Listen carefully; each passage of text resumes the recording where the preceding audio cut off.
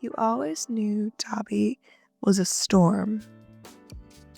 Not a warning sign, not a breeze before destruction, but a full-blown storm, wrapped in a human skin, stitched together with fire and fury and scars that look like confessions. Still, somehow, he kept standing in the middle of it, arms open. Because it wasn't just the chaos that pulled you in. It was the quiet in between. The way he'd look at you when he thought maybe you weren't watching. Like, maybe, just maybe you were. But the only thing in the world that didn't burn when he touched it. Shouldn't be here, he muttered that night, voice like smoke curling into your ear as he leaned against your shoulder, half drunk on cheap whiskey and self-loathing. You deserve better, he murmured. You always say that, you whispered back. Yeah, he chuckled bitterly, and you never listen. You didn't. Not really. Not when he left for days without a word, and not when he came back with blood on his sleeves and excuses wrapped up in cigarette smoke. Not when his fingers trembled against your skin, but his lips found yours, like they were trying to brand you. You told yourself it was love or something close enough to that. Something that could pass for it. Because when he was soft, he could be soft. It was like watching a match burn slow and gentle. The type of heat that made you believe he could be more than a villain. But those moments never lasted. You talked to that guy from work again, he asked one night, eyes sharp, voice low and dangerous. Your heart jumped. Yeah, we're doing inventory together. That's why he was smiling at you. You stared at him, trying to read if he was just being serious or just high on adrenaline and jealousy again. I don't know. I didn't notice. He stood the chair scraping against the floor, fire flickering in his fingertips. Of course you didn't. You never notice. Dabi. He was already pacing, like a fuse lit too early. Do you think I'm stupid? Do you? I mean, that you think I don't see the way people look at you, how you let them. No one's doing anything, Toya, he hissed back, voice cracking on his real name. The name he only let slip in bed, or when he was too tired to bite back. He froze, he'd struck a nerve.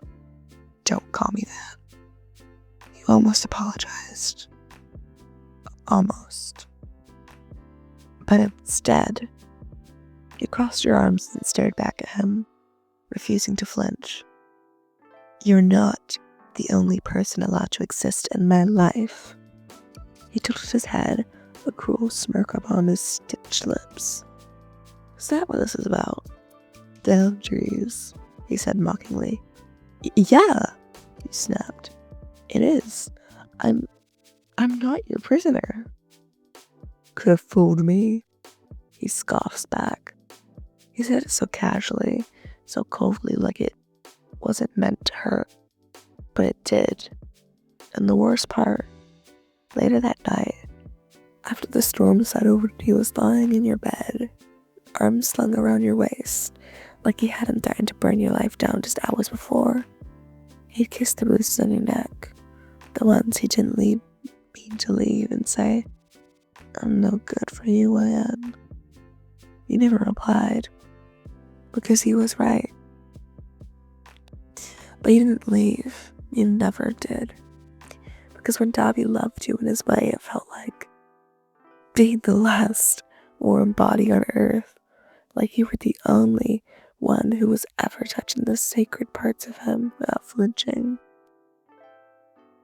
He made you feel like you mattered, even when his love hurt, even when it's smothered. I can't breathe like this," he said one night, voice shaking while you were sitting on the edge of the tub while he stitched himself up again. He didn't look up. "Then go," he said as if it was obvious. You didn't. He knew you wouldn't, because every time he pushed, you dug your nails in deeper. Every time he screamed or raged or shut down, you just tried harder. You didn't want to abandon him like everyone else had. You wanted to be the exception, the reason he stayed grounded. But somewhere along the way, you stopped being Cole. You started forgetting what it was like to laugh without guilt. You checked your phone obsessively, waiting for his texts or cold clip demanding replies. You filtered through your outfits through the lens of what would Dabi get mad at.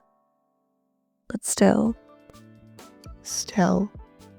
even still, you still loved him. Because you saw what the others didn't. You saw the way his hands trembled after he killed. You saw the way he looked at photos of Shoto when he thought no one was watching. You saw the ghost of a boy who wanted to be a hero. And maybe he saw something in you too. "You're the only one I don't hate," he murmured once, barely audible, face buried in your chest like you couldn't bear to meet your eyes. "Even when I should." But that wasn't love. That was survival. You were his oxygen and escape, his needle to take the edge off, and in return, you got a man who burned everything he touched, including you. It wasn't always fire and fury. Sometimes he made you breakfast, and sometimes he'd hum off-key while you lay on his bed, tracing stitches on his chest like constellations. Sometimes he'd kiss you like you were the first real thing he'd ever seen in his life. But the soft things never stayed. You started to realize that even when he held you, you felt alone. Even when he apologized, it always came with strings. And you could love him, and he could love you back. But he'd always love destruction more. And you were just collateral damage. One night when he came home and found your side of the bed cold, a note that you left wasn't long, just 5 words. "I love you. I'm done." He stared at it for hours, fingers twitching with embers, but he never burned it, because the ones he believed you. And for the first time in years, he let something go, even if it completely tore him apart.